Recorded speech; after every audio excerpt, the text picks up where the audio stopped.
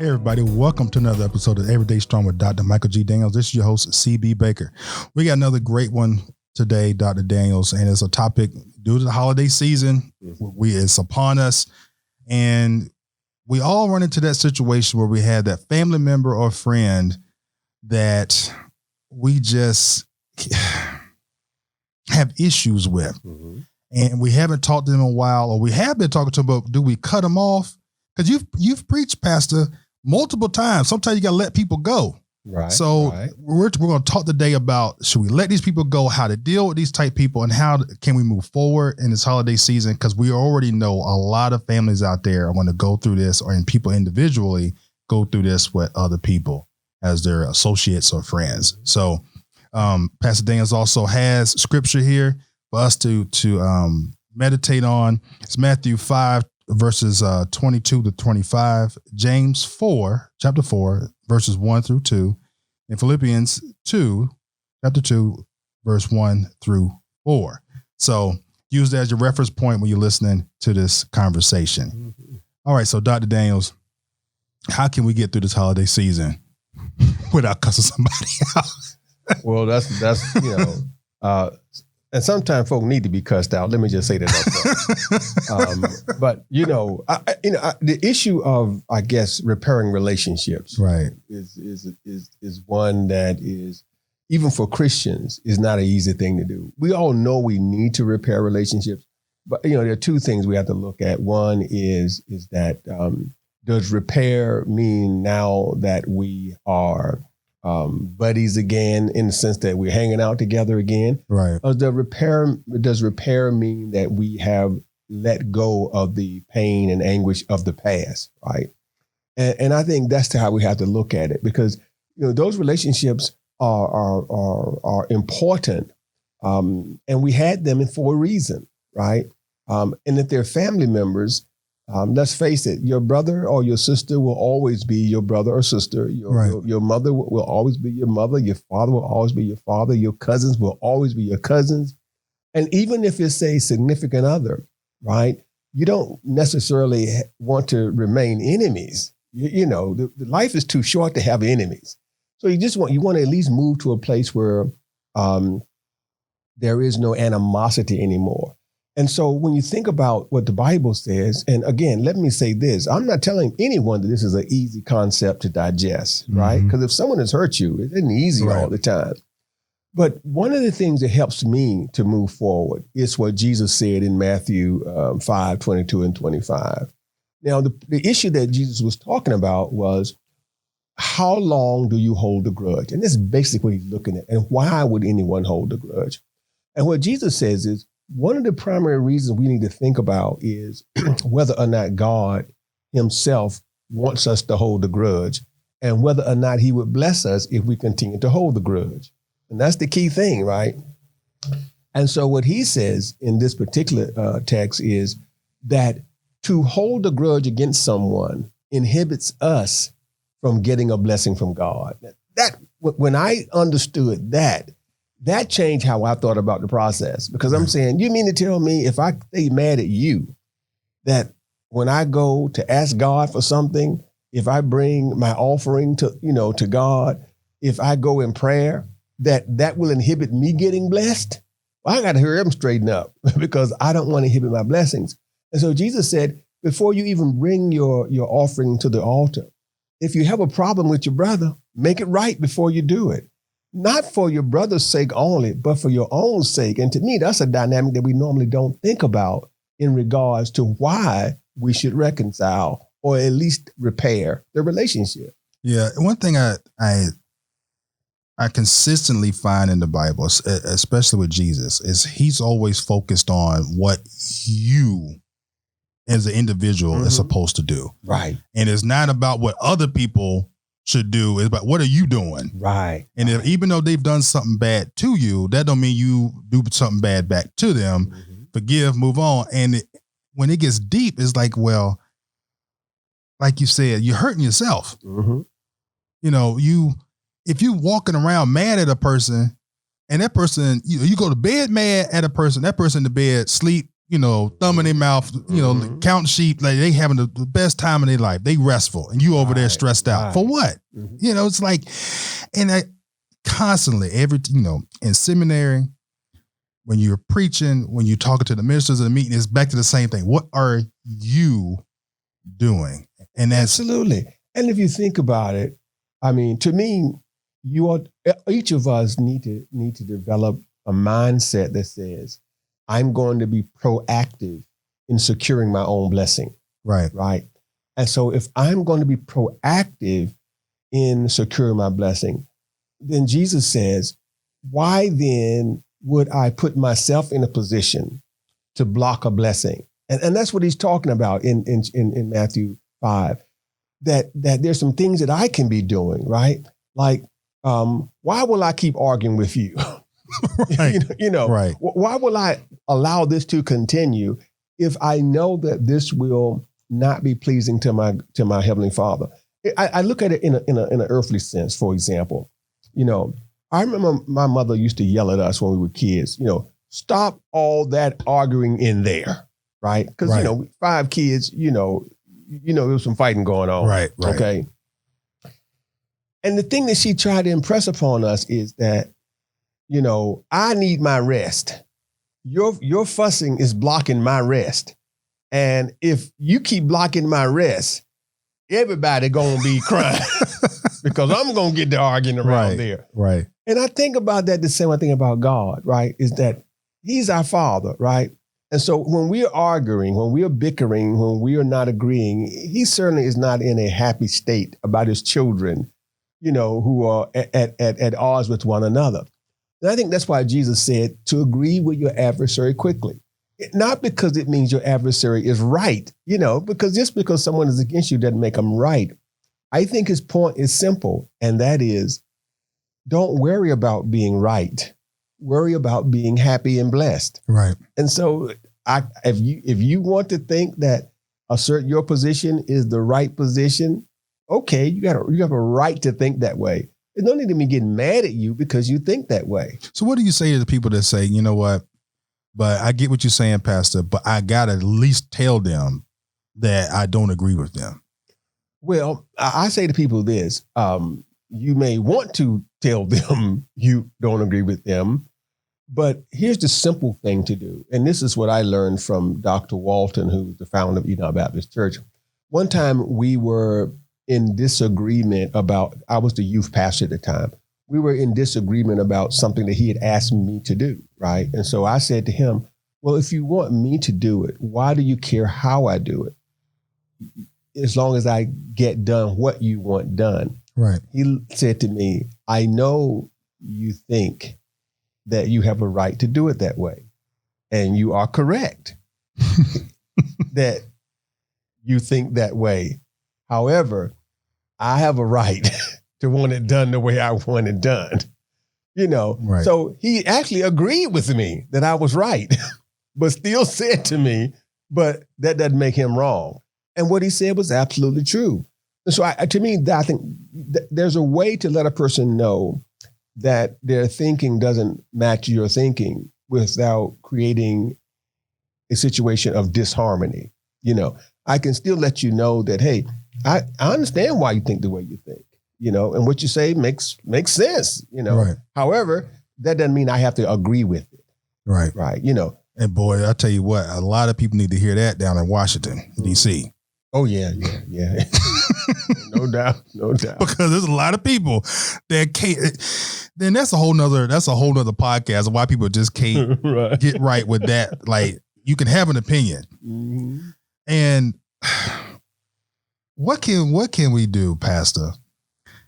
What should we do in a situation to where we're repairing our relationship with the person and the person is we're hanging on to the negative aspect of it, but you're trying to repair it? Mm-hmm. How do we get past that? Where they're being prideful in the whole endeavor? Well, I would say that my first priority ought to be to try to understand the issue, not just from my point of view, but from their point of view. Right. And I think that's what oftentimes we don't do. And in fact, you mentioned the text that, we can look at, and that's what Philippians talks about, right? If we look at Philippians, the 2nd chapter, verses 1-4, that's kind of what,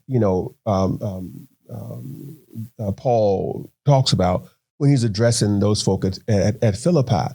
And his point to them is that we ought to have like the mind of Christ, right? Focus on the mind of Christ.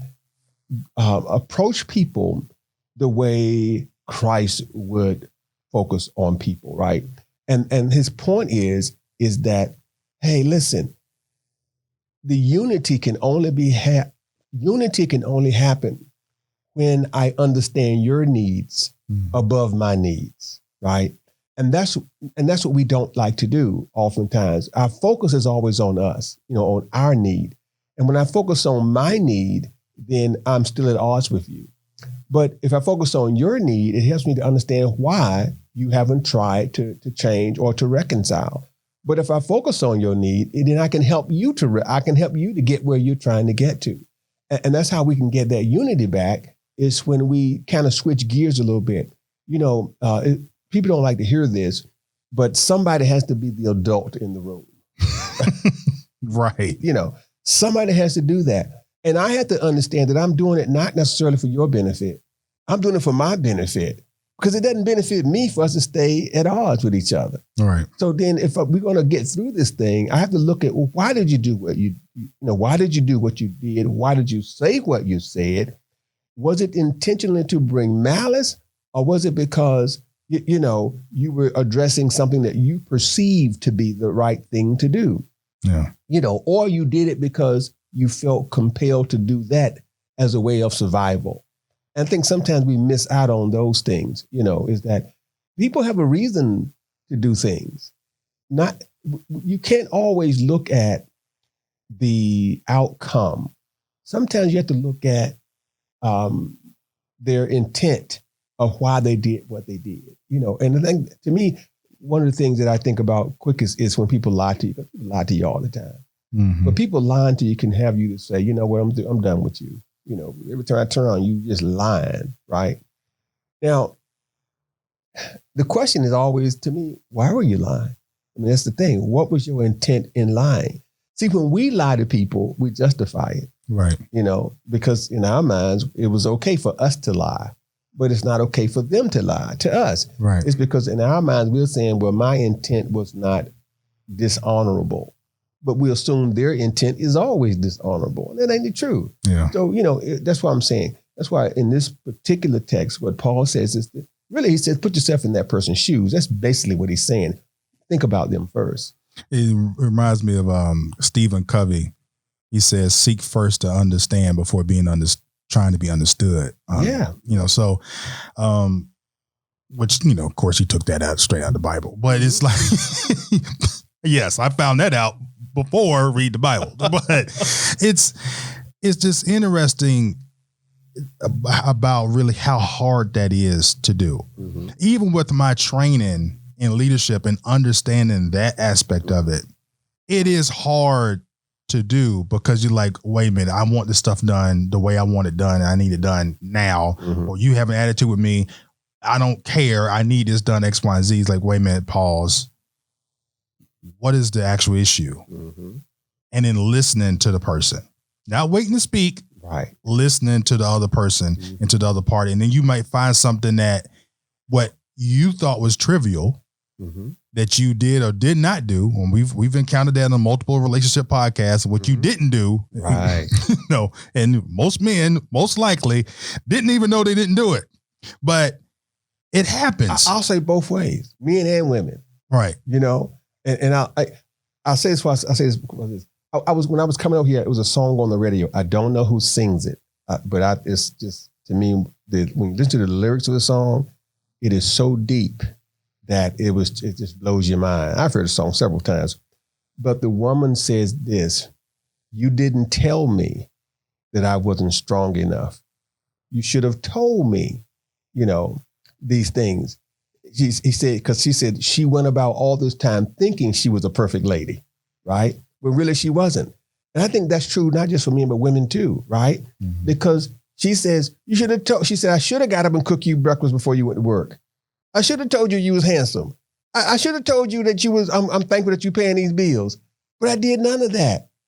It works both ways that, each of us, women, men, children, parents, we forget what Paul said, to esteem the other higher than yourself, And that's what that Philippian letter just digs into, is that if I think of your needs higher than my needs, it changes the whole dynamic, right? But we always do the opposite. We think of our needs as being the paramount needs, right? Not the other person's needs. Because here's what you hear, things like this. Well, I did this for you. Why aren't you doing it for me? Right. Right? That you're telling me right then what? That you view your needs as being higher than my needs. So therefore you're upset because I didn't replicate what you did for me. Now, what happens though, Pastor, when you pouring into a person and ain't nothing coming back? And it's nothing reciprocal coming back. Mm-hmm. How are we supposed to handle that? Well, see, if there's nothing coming back, it's because you've already established that your needs were as high as theirs. And I'm going to give you an example of what I'm talking about. How many mothers or fathers have you heard get upset because their children don't repay them for Christmas toys? Good point. Right? Right. See, none. You know why? Because we view our children's needs as being paramount. Right. So we pour into them. And we expect little or nothing in return. You don't get upset if your child don't give you a big Christmas gift. No. You don't. Even if the child is grown, you don't get upset if they don't give you a big Christmas gift. You have taken care of them all of their, young life, but you don't expect them to come back and reciprocate what you have done for them. It's because at that time you view their needs greater than yours. Right. And that's what Paul is saying, that's the mindset he says we ought to take. And I tell you, I think what's hard for us to get the mindset is because we have not fully appreciated why we have the problems. What is the core of the problems? And that's what James identifies, right? When you think about the 4th chapter of James, that verses 1 and 2, let me tell you, when you take those chapters 1 and that's where I think worth even reading it to the folk. If you look at those 2 verses and put it in context, that's a killer right there. Yeah, James chapter 4, verses 1 through 2 says, "Where do wars and fights come from among you? Do they not come from your desires for pleasure that war in your members? You lust and you do not have. You murder and covet and cannot obtain. You fight in war, yet you do not have because you do not ask." Think about what it said. Think about what that first part says, right? Where do wars and fights come from? He's telling you right quick, you don't even understand why you're mad. And if you don't understand why you're angry, what you do is you keep tackling the symptoms. Right. Right. And not the problem. Right. It's kind of like having COVID and having a high fever and just say, well, I'm just going to take some aspirin for the fever. Right. Right. And you never deal with that problem. Okay. Most of us don't accept where the problem really comes from. And he lays it out there so succinctly when he says, you lust and you have not, right? Right. He says they come from your desire for pleasure. In other words, your desire to please self. That's what he's saying. Mm-hmm. That the whole reason why we are fighting is because your primary focus is on pleasing yourself. And when you come to think about that, all of us get upset with other people who are selfish. Mm-hmm. And what he's saying is, oh, but you are too. That's why y'all having these arguments. Because both of y'all selfish. Right. That's why y'all fighting, because y'all just two selfish people. Now, so I guess the first point he's saying is, listen, you want it and you don't have it. And so you are mad at somebody else because you don't have it, because you think they ought to give it to you.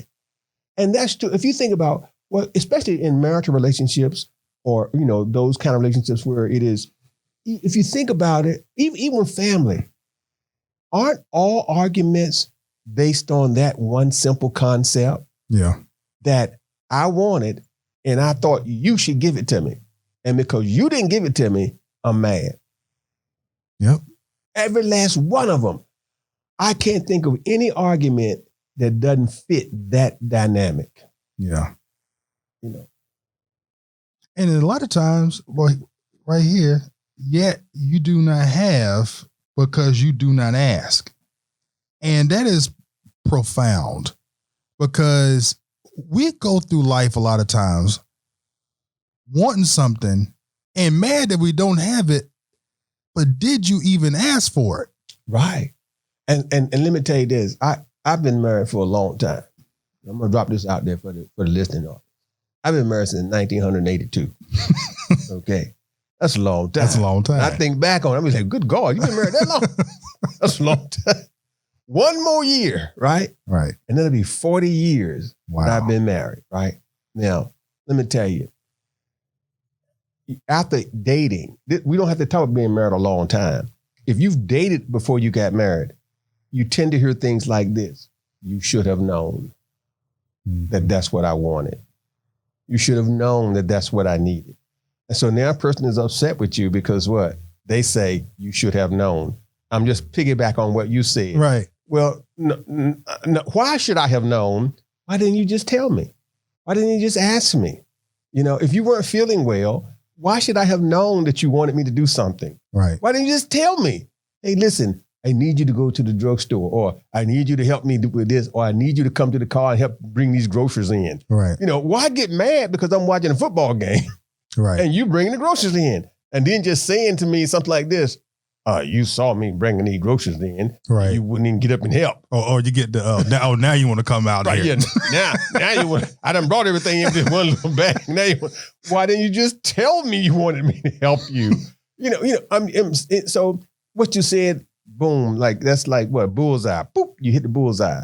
That's a huge issue. And I'm not saying, if you think about everything that can happen in a relationship, it's because somebody is seeking to please themselves. I don't care what it is. You think about the idea of stepping outside of your marital vows, right? Right. Isn't that because somebody's trying to please themselves? Right. Yep. Trying to get something that they're not getting. Right. They're trying to please themselves. So everything you think about is because of that, right? If I gave you a 1/4 diamond engagement ring, right, and then you see your friend with a 2-carat diamond engagement ring, so now you come home mad because I can only afford the 1/4 carat. Isn't that that's the same thing? You saw, you want it, you don't have it. Now you're mad, and you never asked. All you had to do is say, "Listen, I'm going down here to Jared, right? Right. And I'm going to ask the Lord to bless me with enough money so I can buy my own 2-carat diamond ring." Why does the husband have to buy it for you? The money is coming out of the same pot, whether he's the one that initiate getting it or you the one initiate getting it, because it's both y'all money. Right. Right. But I'm saying, I'm being facetious a little bit, but that happens in real life too. If you think about the issues and why they're all self-motivated malice. Yeah.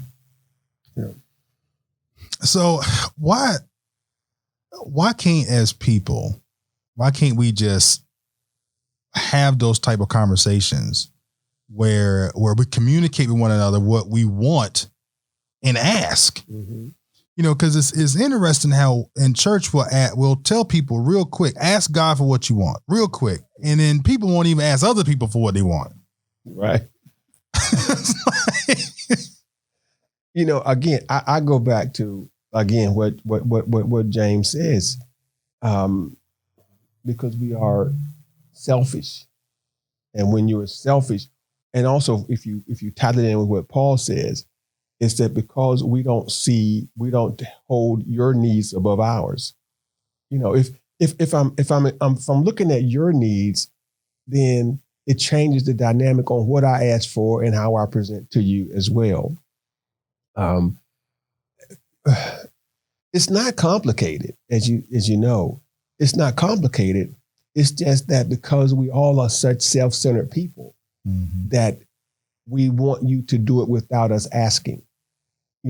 Because people want, I guess it makes them feel better if they can say, well, you bought me a new car and I didn't have to ask you to do it. That says you really love me, kind of thing.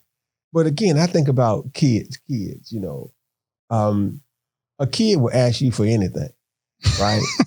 Yep. And they don't care if they got to ask you for it, as long as you give it to them. Right. And it could be 100 times they ask for it. Right. And they ain't mad either if they got to ask you for it, but when you become an adult, that dynamic changes. Now, well, if I got to ask you to do it, if I got to ask you, people act like if they got to ask you, it means you don't care. But that doesn't mean I don't care. What that means is we both have needs, right? We're both fighting this world. We're both, doing these things. And maybe I don't know that you need it. Maybe I don't know that you want it.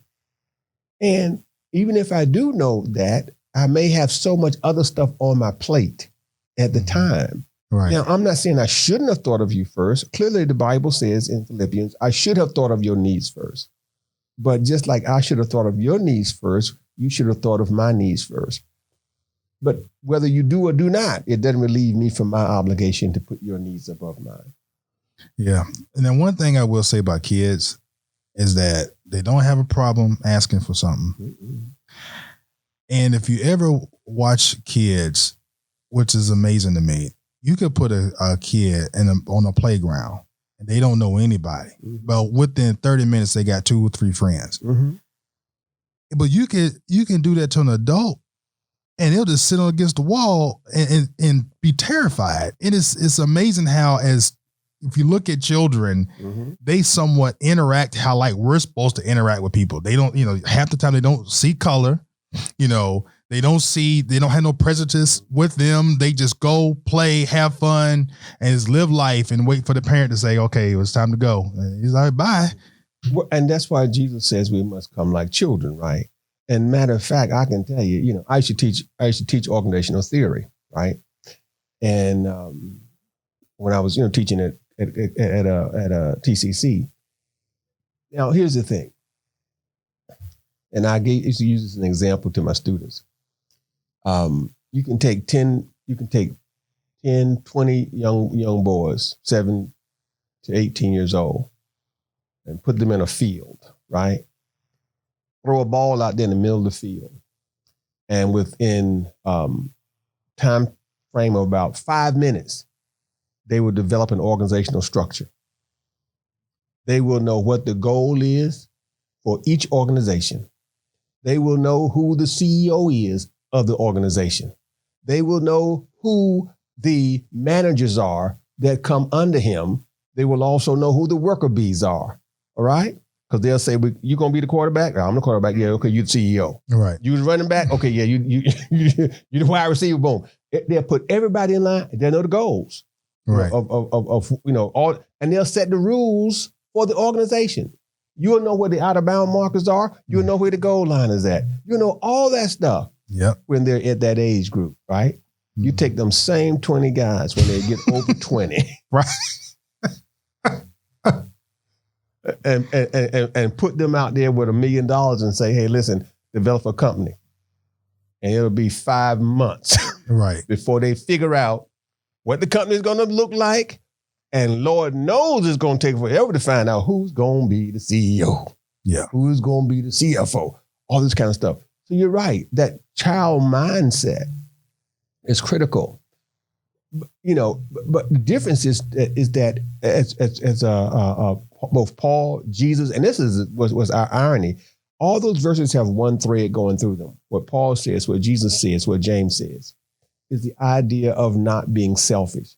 See, when you're children, you are less selfish. Mm-hmm. Children are more apt to share, right? Children are more apt to to let someone else, get credit. Adults are not like that. We don't want you to get credit. We don't really want to share. We want it for ourselves. Right. And that's seen in how we deal with each other. So that's why children are much easier to forgive and move on. Yeah. When adults will still be arguing and fighting. Very, very few children fight and not give in quickly. Mm-hmm. Right. I've had some knockout, drag out fights when I was a teenager. You know what? But 2, 3 weeks later, it's over with. We moved on. Right. And that's, which is very interesting in that whole aspect. Like you could fight as a child, literally be on the same field and fight. And by the time you get to the locker room, it's over with. Like you going to, where you going to eat lunch at? It's over with. Yeah. And not only with your own teammate, but with opposing teammates. Right. Yep. You know, opposing teammates, you can actually be fighting and then see that person that, like when I was in high school, for example, you could fight with your teammate and then you would go to a dance at that school. Right. Right. And initially, folk would be like, oh, wait a minute, there go so-and-so from, you know, and you dap him up a little bit and say, hey, man, everything all right? All right, yeah, we cool, yeah. And that was the end of it. Or you might be at a show somewhere and you see the person and it was, you know, you moved on. Once you get over a certain age, though, it changes. You get 20, 21, 22 years old, you know, the whole dynamic starts to change then, you know, and that you don't let things go as easy. But again, is it because other people are not letting you let it go? Like keep pushing, like, oh, let me see what he gonna do. Are you gonna just let him just roll up here like that? I think it's what Paul, James, and Jesus said. Jesus says you don't understand the damage you do to yourself. And I think that's why when you're younger, you don't think as selfishly. Yeah. When you're older, you do. So in your mindset, you're benefiting yourself as opposed to damaging yourself. I think if, for example, if the Lord somehow would put our blessings, you know, visually for us up, you know, right, and would say to us, hey, listen, this is a blessing that I have for you, but you're not going to get it until you repair that relationship. Right. That relationship will get repaired quickly. But see, that's what Jesus said, right? He says, you know, if you go to the altar, you bring your gift to the altar. If you have an ought against your brother, he says, leave your gift. Don't go repair that relationship first, then come back and present your offering to the Lord. Because he's talking about that blessing, right? If we could see that blessing being blocked, we would repair it fast, right? Yeah.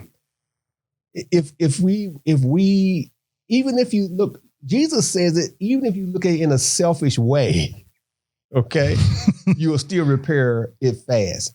Whereas Paul says, if you can get your selfishness out of the way, you won't have the turmoil in the first place. Right. You won't have it. And James just says, you just need to understand that your problem is you just selfish. Yeah. It's repairing relationships this holiday season, if people listen to this, should be very easy to do because all they have to do is just focus on the other person. And it's a need. And I think, to me, the thing that I would hope everyone who's listening, watching would take to the bank is that repairing a broken relationship benefits you. It doesn't just benefit the other person. While certainly, you know, you should try to benefit the other person, but do it for yourself, even if you don't do it for them. You know, right? And that don't mean y'all got to go out to dinner every week. Now you got to go to the movies. But what Jesus says, what if you have an ought with the brother, settle the ought. He doesn't say now we got to start hanging out together. Right. But just settle that issue so you can move forward. All right. Got anything else before we close out? Well, just have a happy holiday. And if you're still mad with somebody, you can't enjoy turkey mad. So get yourself together. Yeah, you ain't lying about that. Thank y'all so much for listening and watching. And please like, share, and subscribe to our YouTube channel. This is your host, CB Baker. Till next time.